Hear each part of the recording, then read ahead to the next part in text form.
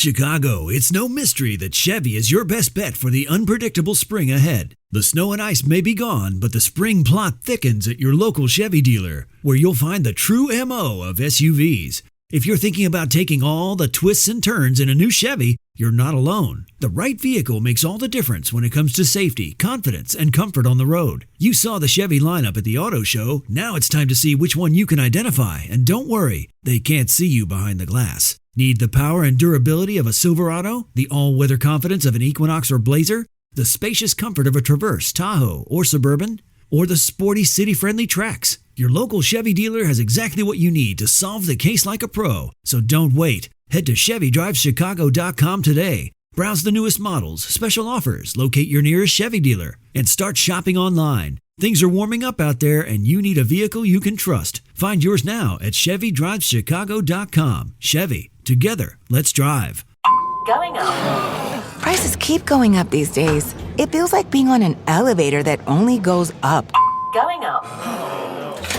But not at Metro. We're pushing the down button. Going down. We've lowered prices and give you a 5-year price guarantee on talk, text, and data. Get one line of 5G data for $40, period. That's 20% lower. Only at Metro. 5-year guarantee on eligible plans. Exclusions apply. See website for details. Not available at Metro with T-Mobile in the past 6 months. Tax applies. I got excited at the prospect of getting up there, and this is what I did. I changed the words to hazel-eyed girl for her. I think she was mortified, but for me it was thrilling. It didn't work out the way I was hoping it would. Welcome to Story and Craft. Now, here's your host, Mark Preston. All right, welcome back. Another episode of Story and Craft. Let's do it. Good to have you back. If this is your first episode, thanks so much for checking out the show. Good to have you. Today, we are sitting down with actor Asher Grodman. You may know him from the CBS show Ghosts. It's hard to miss him. He is the only character who does the entire series not wearing pants. He wears just like a sport coat shirt and tie, I believe, but no pants. I haven't gotten far enough into the series to find out why he doesn't wear pants, but funny guy. Really enjoyed the conversation with him, and I'm sure you will as well. Hey, do me a favor, if you would, pop on over to storyandcraftpod.com/rate. It is an opportunity for you to drop some stars, leave a review. Really does help a lot when it comes to folks finding the show, checking out the mischief I've got going on. Also, don't forget to subscribe, follow the show. That way you get notified every time a new episode rolls out. And of course, storyandcraftpod.com. Everything you could possibly want to know about the show, it is all there. All of our guests. Of course, you can reach out, send me a note if you so desire. It's a great way to stay in touch because I love hearing from you. And it's really cool. Plus, also, there's a way for you to support the show, 2 ways on the site. If you want to drop a little bit of love, there's a little coffee cup bottom left on the screen. Click on it. It's a way of saying, thank you. Here's a little love for you. Go get a coffee. If you know me, you know I love coffee. It's just a cool way to support the show. Also, Supercast, you will see it on the front page of the site as well. So support the show if you will, but just being here makes me so happy. So thank you just for checking out Story and Craft and following the show. Let's jump right into it. Today, it is Asher Grodman Day, right here on Story and Craft. Where are you joining me from today? From home in New York. Where are you joining me? I am on the South Texas coast in a little island called South Padre, doing the empty nest thing. And I figured once my youngest graduated high school, I was trying to go, full Jimmy Buffett. So this is where I ended up. I like the tropical Mayberry thing is what I'm going for, basically. Very nice. So with a name like... You got a hell of a voice, Mark. Oh, you were made for this. Well, you're very, very kind. You're very kind. Now, with a name like Asher Grodman, I'm assuming you're a member of the tribe. Yes, very good. Safe assumption. Happy Passover to you. Thank you so much. Are you also a tribal member? Oh, yes. Well, then, Chag Sameach. I got to get my son is going to be in town from New Orleans from school tomorrow. So it's matzah ball soup time. But down here on the coast, right. It's kind of weird to be like in the 80s, but yet I'm making a big old pot of soup. I don't know. It's, I had a sandwich yesterday. I'm going, oh, shit. Okay, I'm always forgetting. But, then again, at my age, I'm like, can't do too much matzah. It starts creating other ancillary issues, so. I understand. So where in New York do you live? I'm on the west side of Manhattan, the Upper West Side, kind of near Central Park. Yeah, fairly Jewish area of New York. Yeah. So went to a little Seder last night, you know? So you grew up in the New York area, right? Yes. I grew up, as crazy as this sounds, on an old farm in New Jersey. But we didn't farm anything. It was like a old horse farm. Mm-hmm. But we didn't have any horses. We had at one time as many as 14 dogs. Really? Okay. So yeah. So there's 2 litters running around. So I had this very kind of rural, a little isolated upbringing. But by the time that I knew I wanted to pursue acting, which is like 14, 15, something like that, then my life suddenly started becoming very New York centric. Right. So we grew up like an hour outside of New York, but then by the time I hit my like teenage years, I was really in New York a lot. And New York was kind of, for a kid who didn't really have, I guess, a community or a town, because it's a very rural part of New Jersey. New York became like de facto home, cultural home. Yeah. So I'm assuming when you were on this farm, it's not like growing up in the suburbs. You go a couple doors down and go see your friend. And like, who was it like? Was it very isolated, or were you able? I guess after you turned 16 and got your driver's license, it got a little easier. I'm assuming. Yeah, I mean, it was pretty isolated, and I think part of the thing was we just were so far away from other things. Like my middle school was like 25 minutes away. My high school was 45 minutes away. Really? Okay. So there wasn't like a social life to be had out where I grew up, because it was just so quiet. So yeah, everything was a distance. I'd be terrified to know how much time I lost in a car during high school. I think that would just deeply depress me. But what it did mean is I got used to everything being a little bit of a trek, and so I'm used so your growing up years, you can call them the schlep years, more or less. The schlep years, yeah, that's good. And so then I went to college in New York, which suddenly made everything very accessible. So that was great. Well, it's farmland, but y'all didn't farm it. What did your folks do when you were growing up? What did they do? You mean like professionally? Vocation, yeah. What was her gig? Yeah. Yes. So my mom, before I was born, was a fashion designer. She was like the vice president of women's wear for Ralph Lauren, and then the president at Calvin Klein. She was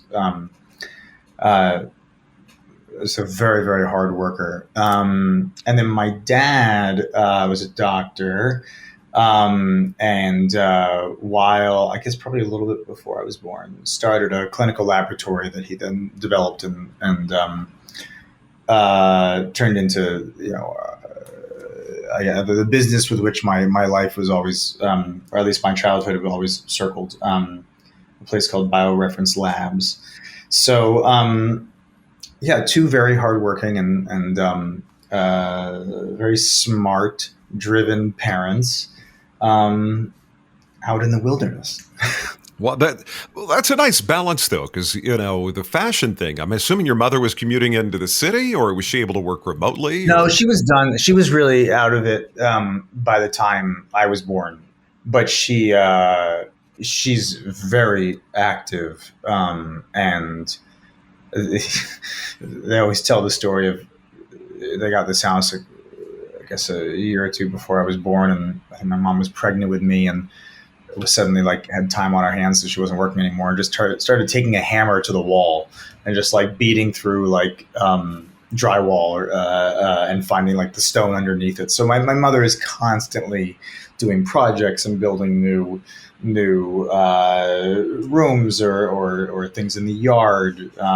She's a very, very creative and visual person. So it sounds like you had a nice balance. Your folks were professionals, but you got this little enclave that you got to call your own. Now, were you an only kid, or did you have like siblings around you back then? I have a younger brother who's a year and a half younger, and he's kind of followed my dad's path a little bit in the medicine field, and he's doing work in. So you're the disappointment, is what you're trying to say. I'm the disappointment. Yes, I'm definitely the black sheep of the family.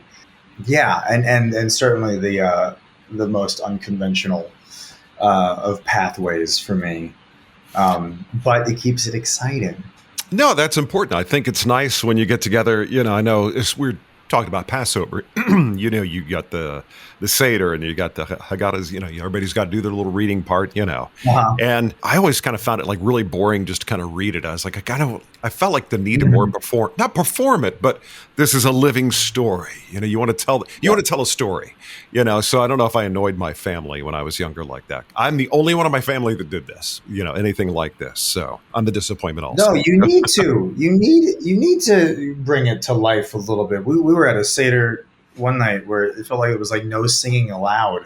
They were like reading Dayenu off the page, and eventually the room just erupted in like rebellious song. We were like, "No, we're going to sing it." Yeah, even the old folks kind of get into it, But yeah, you can't read Dayenu off the page. You gotta no.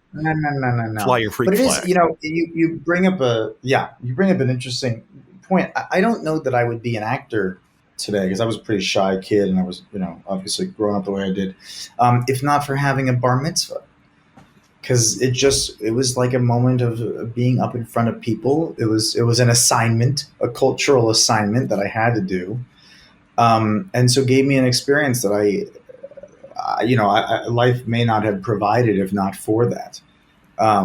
Because no part of me wanted to be up in front of people. No, the same here, which is such an irony. Sixth grade self, yeah.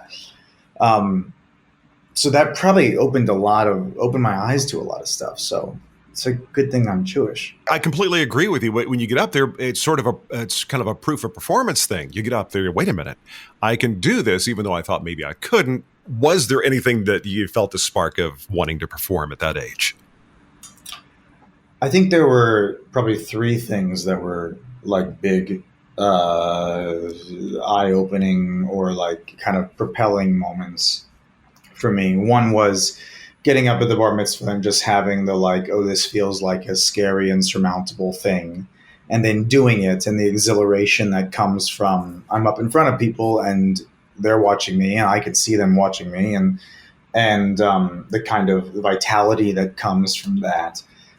So that was definitely one.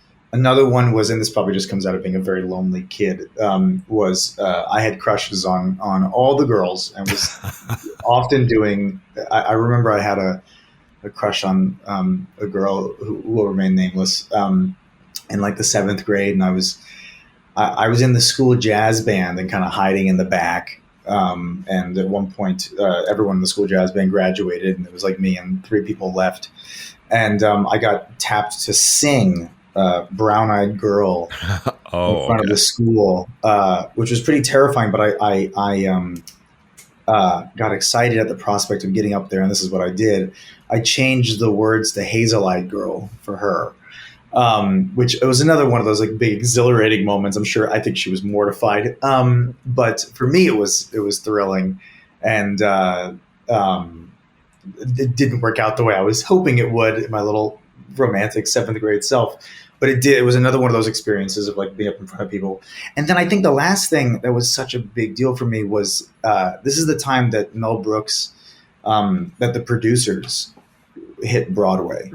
And we were, my brother and I, obsessed with that musical. We were singing and we knew all the words and everything. And so I think those 3 factors just kind of started pushing me towards getting up in front of people and being a little more outgoing and taking risks in a different way. Roughly 12, 13, years old. Yeah. I mean, you going for the big Hail Mary there. That's commendable. That's at that age, it's easy to kind of crawl in, But I think at that age, it's a series of proving yourself that you can do things and you're not limited.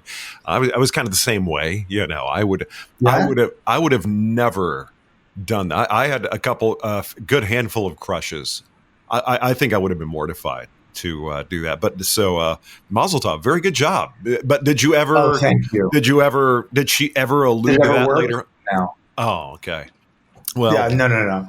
But I think there is an element of you might relate to this where you're I don't know, you're 12, 13, 14 and like you're changing. Mm-hmm. I don't mean like puberty wise. You're just at the beginning of starting to figure out like who you are, who you want to be, and so new ideas and perspectives are entering your mind. And yet you're in school where everyone has a certain sense of who you are. Mm-hmm. And I remember a lot of those years feeling like I didn't want to be what I was changing. I didn't want to be what I was. I wanted to try something new. And I think that those experiences were probably a big part of, like, I wanted to be seen differently. I wanted to experience myself differently.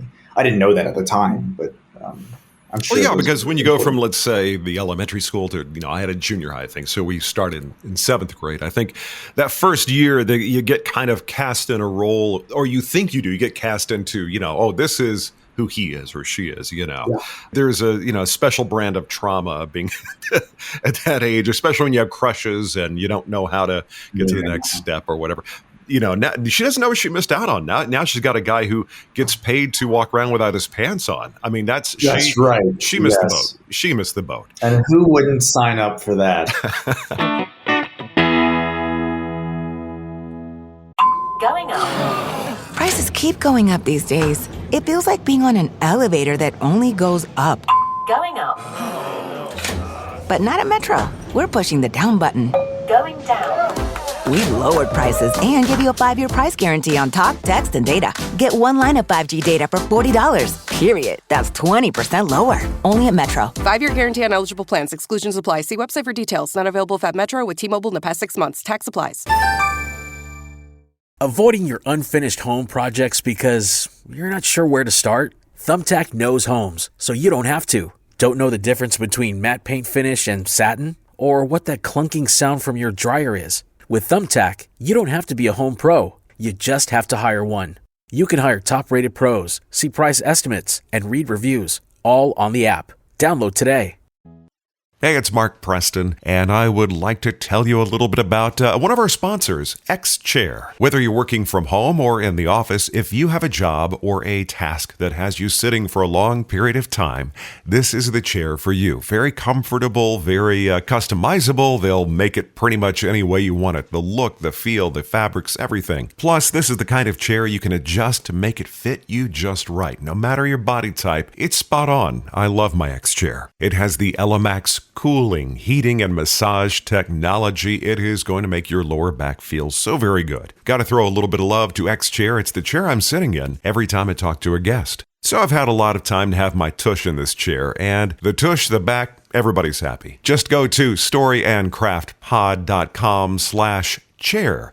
Once again, X-Chair, check it out, storyandcraftpod.com/chair. Love my X-Chair. Your back will thank you.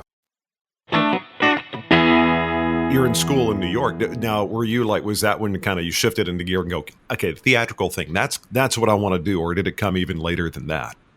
No, it was, I went to high school in New Jersey, but it was really like high school was the time where I started really pursuing it. I got very lucky at like, I guess I would have been like 15 or something. And I was in New York. This is back when this was a thing that happened. I was in New York dropping off like headshots and really just like a blank resume to different agents' offices.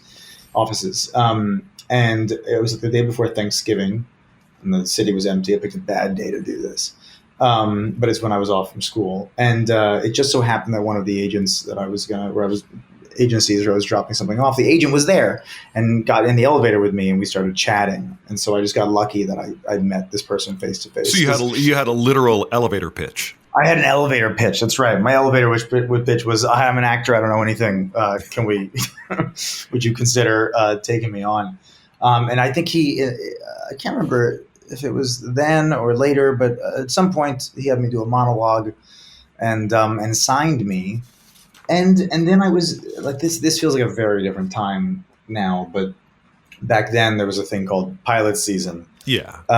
Where, from the January to March part of the year, every network was making like 10 pilots, and who knows how many would actually go to series, but they were always casting them. And I had a kind of look that I think fit that kind of like WB world. Back then it was WB. Oh God. Yeah. But, and so I kind of had this thing where I was like, I wasn't auditioning for guest stars or anything like that, but I was weirdly like auditioning for the leads of these shows. And never got one. Like I came close. No. Were you flying to LA were you going there to, Yeah. So what happened was I was in New York because I was in school, and school was kind of always the top priority. But I did at the end of, I worked with this guy for like, I guess 4 years. And at the end there was, it was one show, Commander in Chief was the name of it, with Gina Davis, that I was, I guess, chosen to do a screen test, a networks and studio test. And so for that, I was flown out to LA, and I kind of and basically what that means is they've got it down to like 3 or 4 guys, and they're going to show you to the studio and the network, and you're going to perform, and they're going to give their blessing or not give their blessing, and then a decision will be made. And I was kind of like, all right, if this happens for me, I'll do this show, and that's what I'll do. But if it doesn't happen, I'm going to college. So I kind of like left it up to fate, and I didn't get it. And so I committed to going to school. And then later on, I ended up getting offered another show and turned it down. And my agent was like, get out of here. But so, what was the impetus for turning it down? Or was it just not something you wanted to do, or you were more focused on school? I think it was a little bit like, that I felt like school was the smart thing to do. I wanted to set myself up, as best as I could for the future. And I didn't know what the other show was going to turn out to be, or it didn't even have a name at the time. So it may not even gone. So the idea of like gone to series. So the idea of giving up college for that just didn't make a lot of sense to me. And I think deep down, I kind of had a sense that I'm kind of winging it. Mm-hmm. I don't really know what I'm doing right now. And I think years of kind of being in New York and working with acting coaches and figuring out how to do this work, and then going to grad school, and I kind of figured out how to do it over time. But I think at that point, it was important for me to go to college and go get that life experience. Not the choice everyone would make. But that was the choice that I made. Well, of course, the parents is sort of like, oh, you're not going to be a doctor, not going to be an attorney. All right. Yeah. Well, at least do the school, That's right. Yeah. To my parents' credit, they were always like, it doesn't matter what you do. You just have to, as long as you love it, and as long as you were willing to bust your ass to achieve it. And so they were always supportive of me being an actor. It was a world that they didn't know, but like no one knows unless you're in it. But they were always very supportive, and they probably instilled a lot of tenacity in me. Well, you need that. You need to be a little hard-headed. Yes. Now, when were you studying acting in school and for your master's, or were you kind of doing something else but doing the acting at the same time? No, this was the weird thing. And so I went to Columbia, where there's a very large core curriculum, and I kind of made a point. I was a film and an English major at Columbia, and so I wanted college to be something that was separate from acting. And I had acting coaches in the city who I was working with while I was in school, but I wanted school to be about school, which was a kind of surreal thing when I got to the end of school, because everyone is like applying for internships and trying to get jobs and stuff like that. And I was like, I think I'm just going to wing it here and go job to job. I kept school kind of separate. I was lucky. I got some jobs here and there when I was in college. But what was your study? What was your course of your degree plan? My degree plan was, so I wanted, Columbia has a really great film school. So I took all the film classes that I could, and which is great because as the years went by and I would get opportunities to direct here and there, that was like the foundation for understanding how to do that. So that proved to be very valuable. And then I was just kind of taking classes I was interested in. And I didn't know this, but it kind of added up to an English major. So I got to the end and was like, oh, I'm somehow a double major. If I just take this poetry class. And so then I like barely survived a poetry class and just got my English major. But yeah, I guess the plan was, I think the plan was always like, I wanted to be in a position to learn things and to be exposed to things that I wouldn't normally be exposed to. Because I thought that would probably help me with acting, with scripts. And I think another element of, I'm dyslexic. Reading is hard, was very hard for me growing up. And so I think being in a situation in an academic environment where someone is kind of guiding you through some of this language and guiding you through some of these texts was really probably my only shot at that age to really learn this stuff. Were you kind of wired into an ecosystem of other actors, because you're in New York? Did you find your tribe pretty easily, or were you still kind of a solo explorer? I was really solo, and that was hard because it really wouldn't be until I went to grad school. And so I graduated college, I had a year in New York, and then I went to grad school. And it wouldn't be until I got to grad school that I had the intimacy is the wrong word, but I had the intimacy with other artists to kind of like see my process, see their process, and collaborate in that way. Because I learned how to act through auditioning, which does not set you up for collaboration, because the only people you meet are the people who are in that room trying to get the job that you're trying to get. So yeah, community was delayed, and it would have been exponentially healthier for me. And I probably would have been in a much better situation had I had some kind of community, but there was no one in my high school who was doing this. And in college, there weren't many people who were pursuing it the way that I was pursuing it. They were doing it in school, and I was kind of doing it out of school, or at least trying to. So yeah, I didn't have that community. And then it's funny, once I experienced that community in grad school, then creating that became very important to me.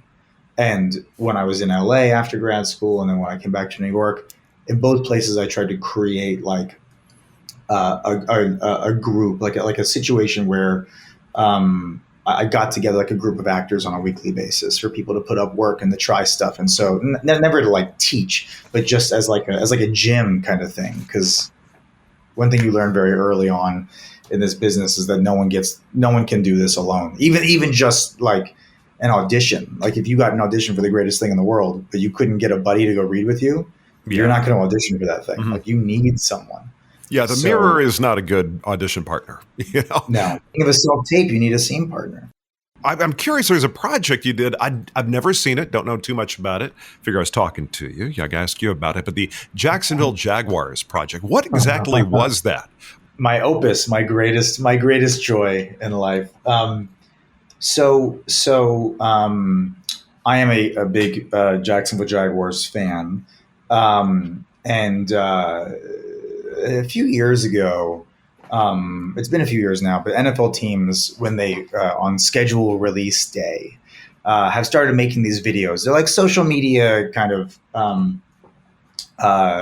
material. Is it sort of like a hype film a little bit? It's kind of a hype film. It's kind of like a goofy way to reveal the upcoming game calendar to your fans. And so it's a big ticket sales day.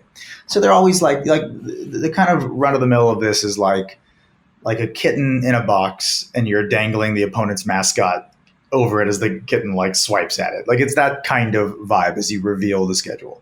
So it's a big like social media day in the NFL. And I, because of ghosts and because of my passionate fandom, had developed a relationship with the Jacksonville Jaguars over the course of the 2022 season, which for them was a pretty magical year. And I got to know everyone. And at the time, there were a lot of jokes about the NFL because it's had gotten so epic and dramatic and other things. There were jokes that the NFL was all really just scripted, and the Jaguars wanted to play with that. And I, in talking to them, and I guess convinced them that if they really want to have some fun with this, don't make a schedule release video. Don't do the whole, here we're playing this person, we're playing this person, we're playing this person. Throw that out and let's go all in and make a full-on mockumentary about the NFL actually being scripted.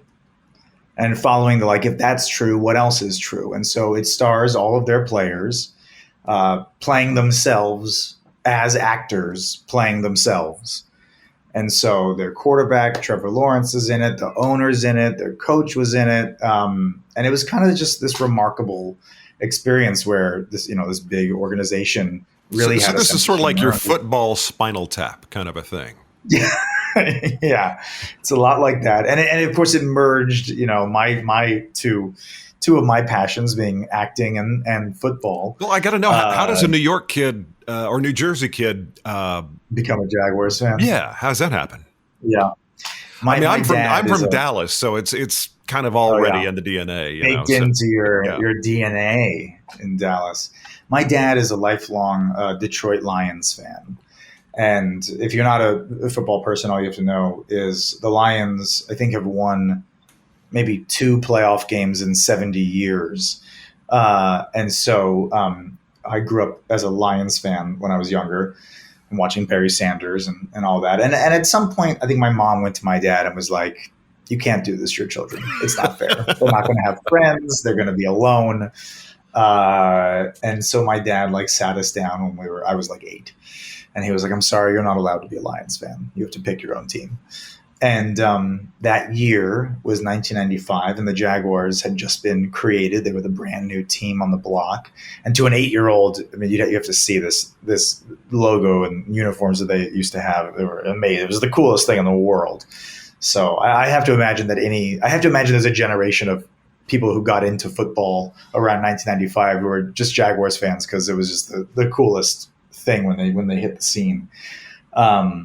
So yeah, I've been with them since really day one of their existence. They were born about the time you came into your own NFL. I came in, the time that I was kicked out of my Lions house, they were born. So I'm a Texas Rangers fan. So up until a couple of years ago, every year it's like, okay, we're not going to do it, but we finally did, and it was like, I remember sitting on the sofa, and they won the World Series. I'm sitting there just like, my kids are looking at me, and they know I'm in shock. I'm like, oh no, growing up in Dallas, I was a big, football. I mean, they haven't won a Super Bowl since I was in college, so the Cowboys. So anyway, but I'm not going to go to the heartbreak that's Jerry Jones and the Cowboys. But I will tell you that my favorite joke in the whole video is about the Cowboys. So if you get a chance, I think you'll enjoy it. Oh, some of my favorite memes I see are busting on the Cowboys. And the way I look at it, it's the most valuable sports franchise on earth, yet they haven't won a Super Bowl. Oh, yeah. Didn't the Panthers come out right about the same time? Didn't they start? Yeah, they came out at the same time, but Jaguars were a lot cooler. Okay, yeah, because the uniform, of course. You did this video, and it looks like it got a lot of attention. I have to go, where is it? Where can I go see this? Because I really... Oh, it's a very easy Google. Just Google "It Was Written" or Jaguars schedule release video. It was the 2023 schedule release video. Yes, it's easily accessible on the interwebs. And yeah, it had this kind of wild moment because no one had really ever done it before. And I don't think anyone had ever really... It's not that players hadn't been in them before. They had, but there was never no one had ever done a thing where there was that much access for one of these videos. And as you know, you're a sports fan. You don't really get access to these guys, their personalities. There is still an element. It's the whole they got brand building. They're always mindful of that. It's always very clean cut, and so. What was, I think, unique about what we did is that you really got a chance to get to know these guys because you saw them playing make-believe. And so you got to see a different side of them. And that goes for the players and the owner and the coach and people in the organization.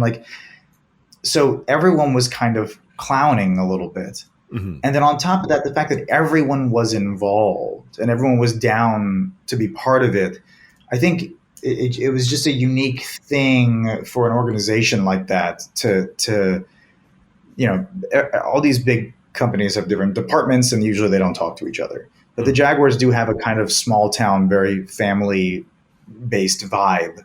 And so I think that is reflected in the video. So then when it came out, people were kind of like, wow, how is this even possible? Because you wouldn't think an NFL team would be able to do this. But it was something unique to the Jaguars and their vibe that allowed for this to happen.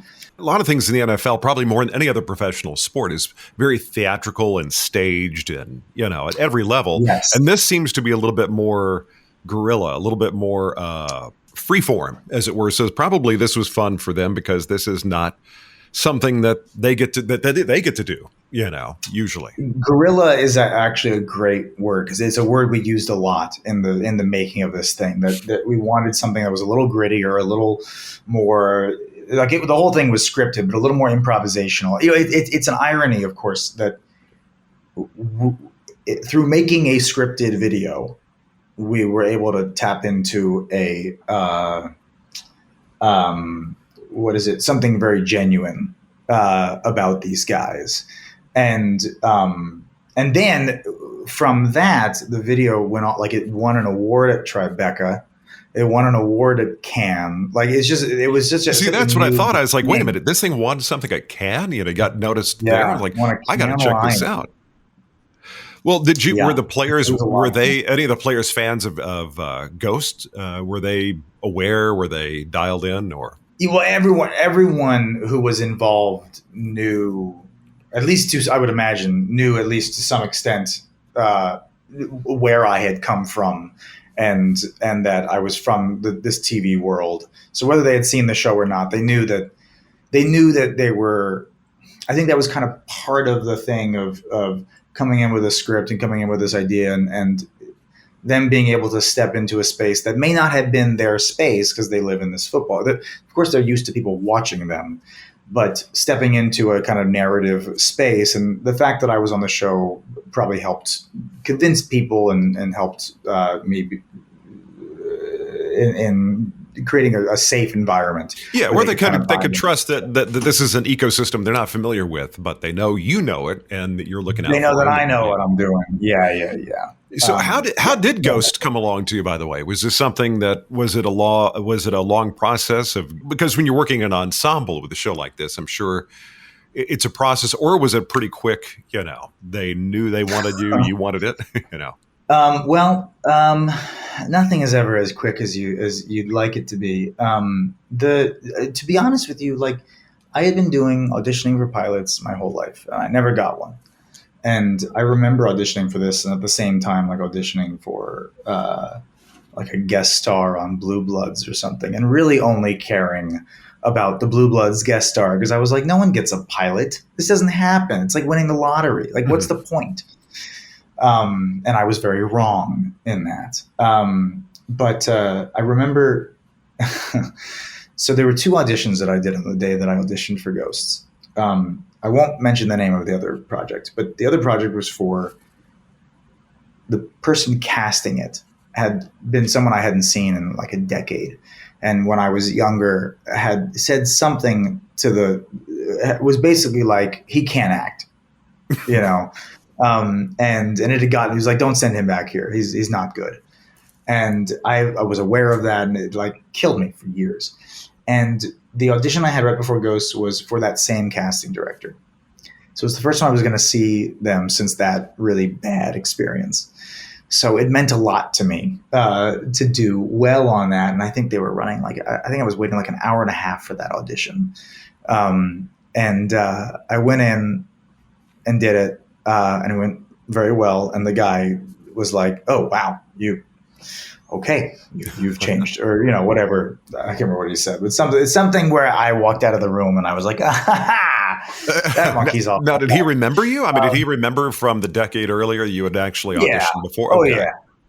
Yeah, the casting people have a very good memory. It's kind of that's one thing to tell my voiceover job. students. I always say that the people doing casting, agents, they remember if you just light the world on fire, and they also remember if you stink up the room. In between, the memory may not be as good. Yeah. I mean, it might have been. I think I might have been in high school the last time, so maybe even like more than a decade, closer to 2 decades when I was in there. Now, this was the project. This was the other project besides Ghost. This is what the other project. Okay. So, needless to say, I'm walking out of this thing and I'm feeling like, I'm breathing fresh air. I'm feeling great.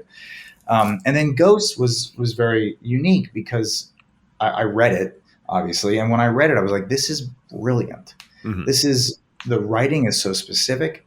Each of these characters have specific voices. The concept for the show was like a once in a generation concept because it's so funny.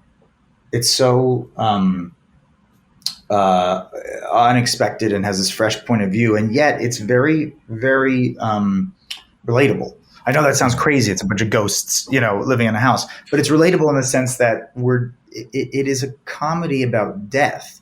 And it makes death, which is something that you of course, is something that none of us can fathom, suddenly sound boring and mundane. And so suddenly things that are inaccessible are exceedingly accessible. So it was just something fresh that I'd never experienced before on the page.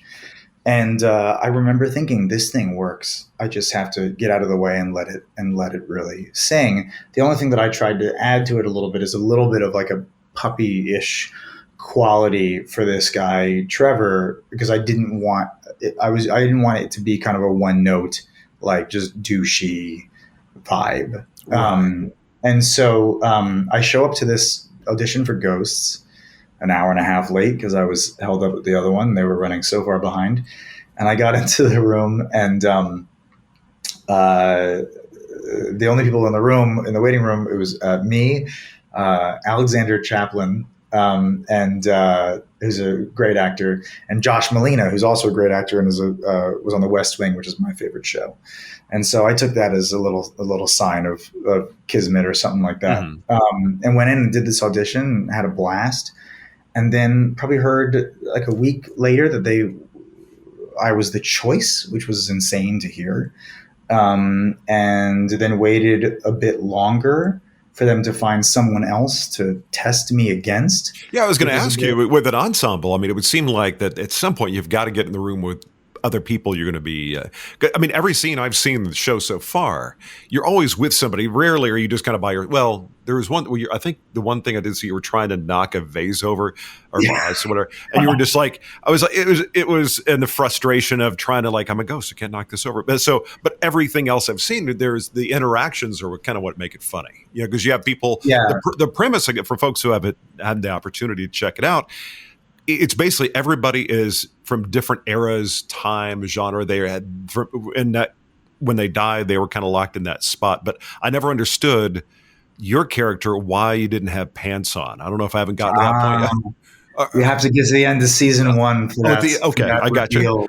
But when you died, you didn't have pants on, and that's kind of the thing. So the way you died is the way you perpetuate into eternity. Yes. Okay. The idea of the show is that you are forever in the state in which you died, which lends itself to a lot of very funny snapshots into different people and their personalities.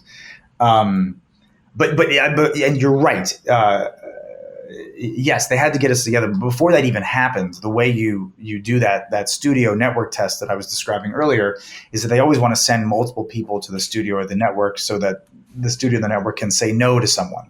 Mm-hmm. So you don't ever send just the guy you like or the person you like because they're just going to probably say no. You give them options. So I kind of waited around for a few weeks for them to find someone else to be sent in with me. And as an actor who's, on the precipice of having a dream job, you're like, no, don't find someone else. Just you do me. So anyway, I waited and I just tried to do as many put out, good vibes. Did a lot of favors for everyone in my life, hoping the universe would. You're looking for the good karma. Yeah. I know with Rose karma. McIver being in that, she was so good in that show. Was it iZombie? Yeah. Yeah. She's amazing. But to get to your point that you brought up earlier, yes, what happens when I got the job is they fly everyone out to LA, and that they fly the cast out. And so what happens then is the table read.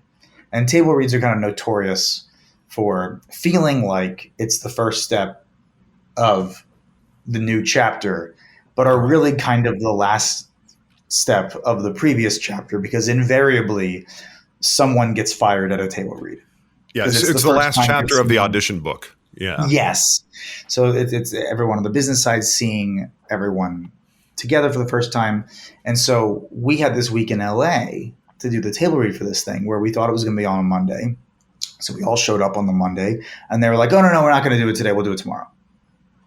Okay. We all show up on the Tuesday. No, actually, we're not going to do it today. We'll do it tomorrow. Okay. Show up Wednesday. No, we're going to do it. We'll do it on Thursday. And they kept getting pushed and pushed and pushed. And meanwhile, over the course of this week, this is March of 2020. So the NBA shuts down on Wednesday. And I can't remember what, I think Tom Hanks is COVID positive. Oh, my God, I forgot about that. I think I've tried to forget about a lot of that. But Tom Hanks was sort of like, it's like a Forrest Gump gets it. Any of us can get it. Any of us can get it. That's right. And so as they keep pushing it, and we're all dealing with the stress of this table read eventually happening. Eventually we do the table read on a Friday. We get through it. Everyone keeps their jobs, which is amazing, a miracle, amazing. And then we found out, like, I think 20 minutes after that, as we're having lunch, that no, we're going to shut everything down. And at the time they were like, oh, we'll see you in a couple of weeks. Mm-hmm. And I think we all knew deep down that wasn't going to be the case. And it would be a full calendar year from that moment, over more than a year, until we were picked up for series. Mm-hmm. How does that feel for you to be on something that is, because in the movie world, you're on a different project every few months. Yeah. Was there a preference for you? Like, hey, I like I want to say security, that's not it, but the rhythm and the pacing. There's an element of security. That exists. Yes. Well, that goes without saying, but is it something that you're looking at going, you know what, this is cool. You get to go, you get to be with the same people, you get to, and it's, you get to really explore this guy. Or is it kind of like, or do you enjoy the more theatrical thing? You're on a picture for a few months, or is there even a preference there? I think everyone really wants balance, right? But what is special about this is the idea of having any job that lasts for a few months, much less 6 years potentially, is pretty rare. And so you always would say yes to that, especially considering the concept of this show, and even more than that, the people in this cast and in the group of people who make this our crew. If this were the kind of show where going to work was like, oh, I just got to get through it, it would be rough. But instead we have this, and I don't know how we got this lucky. I don't know how it worked this way, but everyone in the show is super humble, and we really have this ensemble vibe. The thing that I always point to is, what happens a lot on a film set is you go in, you do your blocking rehearsal. So you go in, you block a scene with the director. There's not much in the way of a ton of creativity in this. You're just kind of like figuring it out. You're working out the kinks. And then you leave. And most people kind of go off into their own areas on shows. On our show, we go back and the whole cast gets together and starts reading and starts playing and starts figuring out moments. And that's very unique for a show. It's very unique that people are that detail oriented and care that much and enjoy being around each other. Like we'll go wrap after 7 months of shooting, and it's going to be a matter of days before the phone starts ringing again and we're chatting with each other and checking in and, and starting to miss each other. So I think it's very cool because, like they say, TV is a writer's medium, whereas movies are a director's medium. So, you're rotating in directors. And I always thought, once you've been doing a character for so long, so many episodes, so many seasons, it's sort of like him.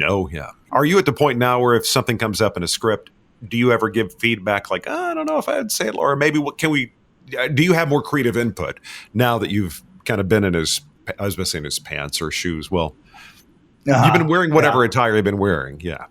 That's right. I guess more so than in the beginning. And I think our writers do, they will occasionally reach out and be like, what do you think of this? Or they'll let us in on stuff a little more. And I think all of us kind of, for the most part, we will trust the writers because it is a writer's medium. Mm-hmm. And our writer's room and our showrunners do a really great job. But occasionally there'll be something where, as the years have gone by and you get more and more comfortable and you get more and more, I guess the character comes into focus more, that I'll throw an idea out, or I'll say, hey, I saw this. What do you think about this? But again, it's more of a comfort level, and it's starting a dialogue. Because at the end of the day, you're absolutely right. It is a writer's medium. And especially with how fast it goes. Because there are days, especially in the back half of the season, that we're getting scripts the night before or the morning of. And we shoot it in Montreal. Our writers are in LA. So sometimes it's even just like a logistical thing. Like people are not awake when other people are working. And so you just kind of you put your best idea forward and you make it work. But it's certainly whatever's on the page is our North Star. Mm-hmm. We're trying to bring that to life as best we can. We're lucky in that the door is open for that kind of collaboration. But for the most part, you said it best. It is a writer's medium. When you think about businesses that are selling through the roof like Aloe, Allbirds, or Skims, sure, you think about a great product, a cool brand, and brilliant marketing. But an often overlooked secret is actually the businesses behind the business, making selling and, for shoppers, buying simple. For millions of businesses, that business is Shopify. Nobody does selling better than Shopify, home of the #1 checkout on the planet, and the not-so-secret secret, with Shop Pay that boosts conversions up to 50%, meaning way less carts going abandoned, and way more sales going. So if you're into growing your business, your commerce platform better be ready to sell whenever your customers are scrolling or strolling on the web, in your store, in their feed, and everywhere in between. Upgrade your business and get the same checkout experience as business powerhouses like Aloe, Allbirds, and Skims. Sign up for your $1 per month trial period at shopify.com/Odyssey Podcast, all lowercase. Go to shopify.com /Odyssey Podcast to upgrade your selling today. Shopify.com /Odyssey Podcast. Hey, I'm Andy. If you don't know me, it's probably because I'm not famous. But I did start a men's grooming company called Harry's. The idea for Harry's came out of a frustrating experience I had buying razor blades. Most brands were overpriced, overdesigned, and out of touch. At Harry's, our approach is simple. Here's our secret. We make sharp, durable blades and sell them at honest prices for as low as $2 each. We care about quality so much that we do some crazy things, like buy a world-class German blade factory. Obsessing over every detail means we're confident in offering a 100% quality guarantee. Millions of guys have already made the switch to Harry's. So thank you if you're one of them. And if you're not, we hope you give us a try with this special offer. Get a Harry starter set with a 5-blade razor, weighted handle, shave gel, and a travel cover. All for just $3 plus free shipping. Just go to harrys.com and enter code MAN at checkout. That's harrys.com, code MAN. Enjoy. We've reached that point where I always hit my 7 questions. Just a little extra fun I throw out. It's everybody gets them. Same questions. Just like to have a little extra fun. And you mentioned before you were shooting in Montreal. So because I always want to talk about food. Montreal, was it, or is it Toronto? One of the two has like some good, unique Canadian deli stuff. So I'm in a place where we don't have a Jewish deli, which my heart breaks. But I do know how to make my own lox. So we're kind of there. Very nice. But I always talk a little food. First question I always ask is, what is your favorite comfort food? That one thing that kind of Bad day, good day. It just makes you feel good. This is well, I don't think anyone will have said this before, so there's that, but it's probably not the answer you're looking for. A green apple covered in caramel brings me so much joy. I cannot begin to express it, but it has to be a green. It has to be a Granny Smith apple. I will say this. Growing up in Dallas, Texas State Fair, the little candy apples, everybody loves them. I preferred the caramel apple way more than this hard candy. Yes. Yes. There is something about when you take the sweetness, tartness of the apple with the caramel. I haven't had lunch yet. Now I'm hungry. But very cool. I like that. Now, the next question, if you're going to sit down and talk story for a few hours with three people, living or not, who would you like to sit down with and these three people for an afternoon of just talking story? To talk story. It could be not just that you want to talk to them, but it may be them interacting with one another is something would be kind of fun to observe. Let's go with, there's a lot of people who would fit the bill on this, but let's just have some fun. And let's say Philip Seymour Hoffman. Who was like my kind of acting idol growing up. You got to tell me your favorite Philip Seymour Hoffman film. What's my favorite film? I think that's harder. I think my favorite performance was Before the Devil Knows You're Dead, which is just incredible. My favorite film. That's hard. That's really hard. I'll go Boogie Nights. What was that film? Oh, I'm sorry. No, I'm sorry. I'm so sorry. Boogie Nights is a masterpiece. It's amazing. Yeah. But one of my favorite movies of all time is Moneyball. And he's great in Moneyball. There are other performances that are more sparkly.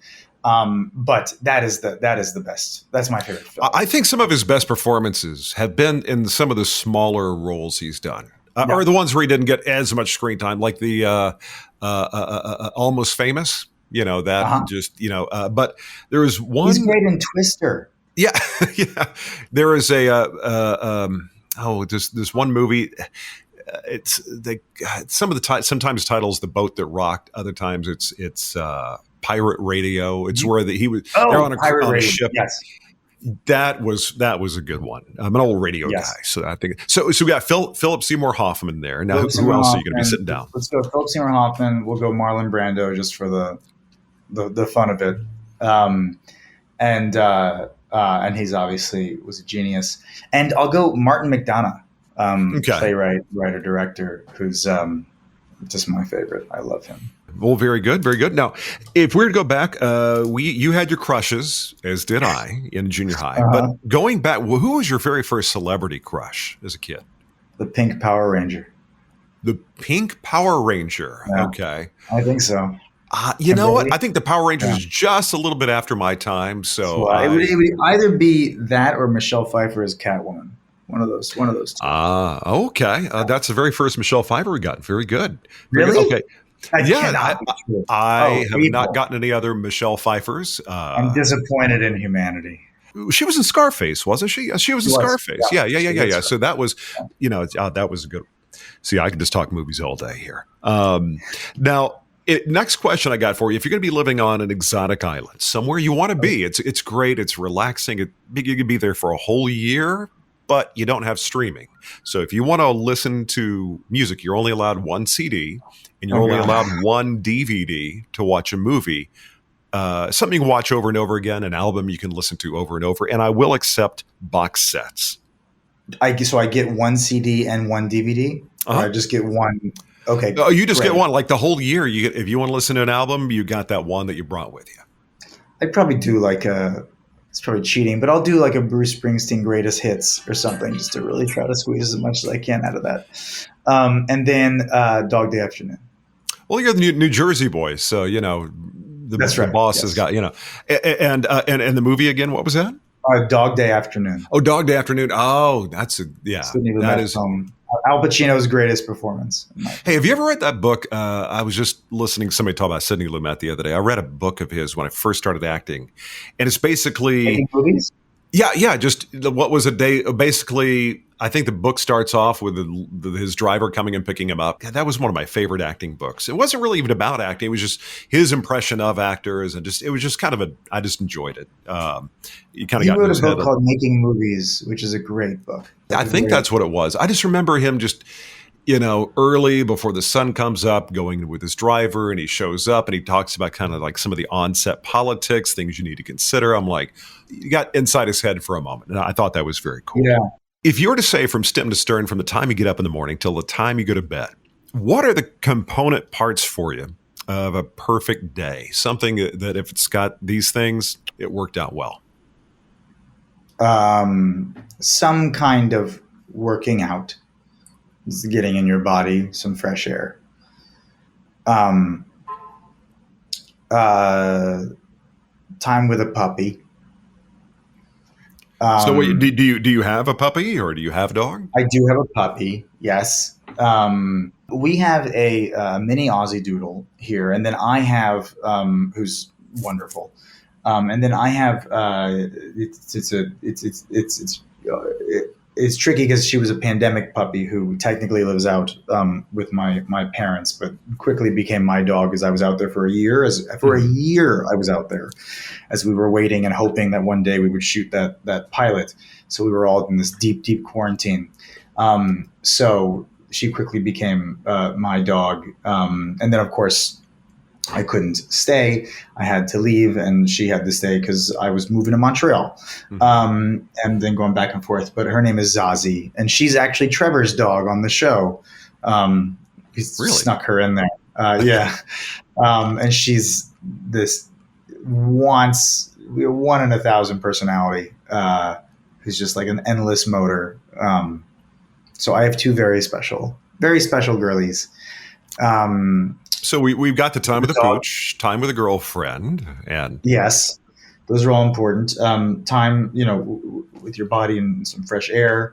I run a weekly pickup football game, so that's the greatest. That I love doing that, and getting out and playing and feeling like you're at recess again. So I guess those are three things. We can combine football and the physical activity thing. Laughter. I was thinking about the other day, somebody said you need at least one big, good laugh every day and a hug, or, there's certain things if you get it every day and you just feel better, especially now, I'm going on a news diet. I think I'm going to stop watching the news for a week or two. That's a good or 3 years. It just depends. Sure. Now, if you weren't doing this for a living, what to you would be a very easy, that would bring you joy, another gig that would be like, okay, I can do this. This is what I'd want to do. That's hard. For a long time, I thought if I really went down a different path, like doing something in like design or architecture, something like that. So I'll go with that. There's that kind of like quiet peace that you find when you're kind of building something or at least, or maybe even just working with your hands, something in that, something about building or designing something. It can be almost like meditative because you're kind of in your own head, but yet you're doing a thing. I'm almost at the point that I would volunteer to help someone put together IKEA furniture because it is then I'm not actually going to, but I could imagine myself doing it. Like, oh, I'm having a rough week. Let me come over and build a chair for you. You're just there for the Swedish meatballs. Yeah. That's right. Now, the last question I got for you is if you were to jump into that DeLorean and you can go back, you connect with 16-year-old you, and you got a piece of advice to either make that moment in your life better or to put yourself on a little bit different trajectory, what would that piece of advice be to 16-year-old you? That's so hard, What I wish I could do, and I actually do think about this a lot, what I wish I could do would be not to like give them advice necessarily, but I wish there was a way to like transfer the way I feel in my body now to them, like to give them the experience of like, oh, this is what it's like to kind of just like be at ease with yourself. Not that I'm always at ease with myself. I'm usually running around like with a chicken with his head cut off, but I'm so much more at ease than I was back then. And I think finding that that kind of quiet and calm, if I could impart something, it's not really advice. It's kind of more, I guess, more of an experience, but a gift you want to give to your younger self, kind of. Yeah. You know? Yeah, I completely understand that. I think there is when you look back, I if somebody gave me the option, said you can relive your late teens or your early 20s, I'd be like, the only way I'm going to do it is if I go back with the knowledge I've got now, because I have no desire to go through.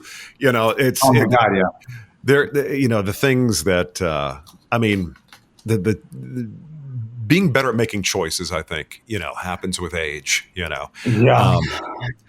Caring about yourself, like your capital S self, happens with age.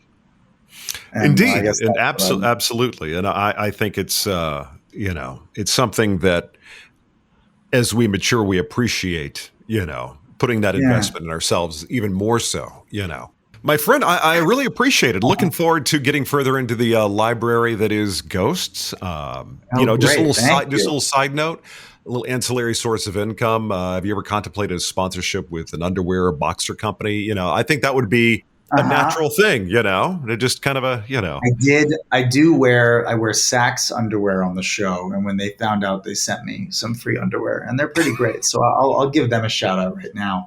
But yes, that's a very good, I'm going to think about that. I'm just always full of ideas. When people say full of it, I hope that's what they mean. But my friend, you have yourself a great rest of your week, a great Passover. Same to you. But my friend, it was more than a pleasure, and hopefully down the line we'll have an opportunity to catch up. I'd love that. Thank you so much, Zizim Pesach, and talk to you soon. All right, there you go. Asher Grodman. The show on CBS is called Ghosts. Remember, he doesn't have pants on. Hard to miss Asher. A funny guy. Really enjoyed the sit down with him, and really enjoyed the opportunity to hang out with you for a little bit. Do me a favor, if you would, pop on over to storyandcraftpod.com. Everything going on with the show, it is right there. Past guests, you can find out about them. You can shoot me a note. Also, support the show. There's like a little coffee cup bottom left on the screen. You want to throw a little love, you can do that. Also, Supercast. It is a way for you to support the show, and in the not too distant future, get a little extra for being a supporter. A couple bucks. Got Ranger, the studio dog, here.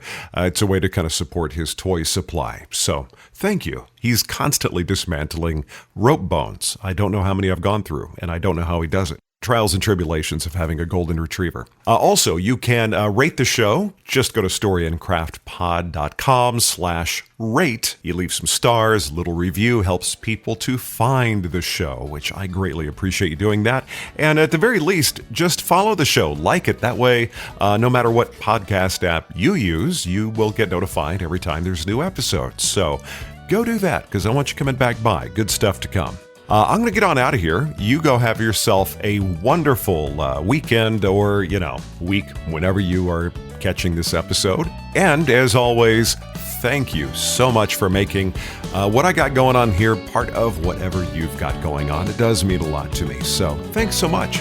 So we'll catch you next week for another sit down and a great conversation right here on Story and Craft. That's it for this episode of Story and Craft. Join Mark next week for more conversation right here on Story and Craft. Story and Craft is a presentation of Mark Preston Productions, LLC. Executive producer is Mark Preston. Associate producer is Zachary Holden. Please rate and review Story and Craft on Apple Podcasts. Don't forget to subscribe to the show on Apple Podcasts, Spotify, or your favorite podcast app. You can subscribe to show updates and stay in the know. Just head to storyandcraftpod.com and sign up for the newsletter. I'm Emma Dillon. See you next time, and remember, keep telling your story. At Four Seasons Heating, Air Conditioning, Plumbing, and Electric, we make home service easy. We guarantee same-day service and installation with no extra charge for nights, weekends, or holidays. Family-owned for 53 years, Four Seasons has over 30,000 five-star Google reviews and an A+ rating with the Better Business Bureau. For all your plumbing, heating, cooling, and electrical needs, for all the right reasons, call 866 Four Seasons. For all the right reasons, call 866 Seasons. Looking for the perfect treat to sweeten your day? Paris Baguette has you covered with expertly crafted cakes, flaky pastries, and handcrafted coffees. And for a limited time, indulge in pure Nutella bliss. From Nutella-filled croissants and donuts to cakes and delicious Nutella lattes, every bite and sip is rich Nutella perfection. Order online at parisbaguette.com or in the app using promo code PB3OFF15 to get $3 off your purchase of $15 or more through May 11th. Participation may vary. Limit 1.